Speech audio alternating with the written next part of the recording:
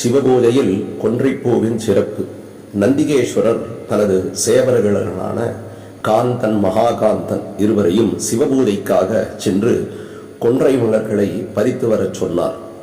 பூலோகம் வந்த காந்தனும் மகாகாந்தன் இருவரும் வேலையை மறந்து நந்தவன நிழலில் படுத்து உறங்கிவிட்டனர். அதனை அறிந்த நந்தி தேவருக்கு கோபம் வந்து ஒருவனை வேடனாகவும் படியும் இன்னொருவனை பூனையாகும்படியும் சாபமிட்டார். இருவரும் உருமாறினர். சில காலத்திற்கு பூனையை வேடன் துரத்தினான். பூனை அருகில் இருந்த சிவன் கோயிலுக்குள் புகுந்து லிங்கத்தை கட்டிக்கொண்டது. வேடனின் அம்பு சிவலிங்கம் மீது பட்டு ரத்தம் கொட்டியது. பூனை அங்கிருந்து பயந்து ஓடிய வேகத்தில் கோவிலின் தீர்த்த குளத்தில் விழுந்தது. வேடனும் சிவலிங்கத்தின் மீது அம்பு எய்தோமே என்ற பயத்தில் தன் பாவம் தீர்க்க தீர்த்தத்தில் மூழ்கி எழுந்தான். இருவரும் மீண்டும் காந்தன் மகாகாந்தனாக மாறினர். அன்றைய தினம் ஒரு மகா சிவராத்திரி தினம்.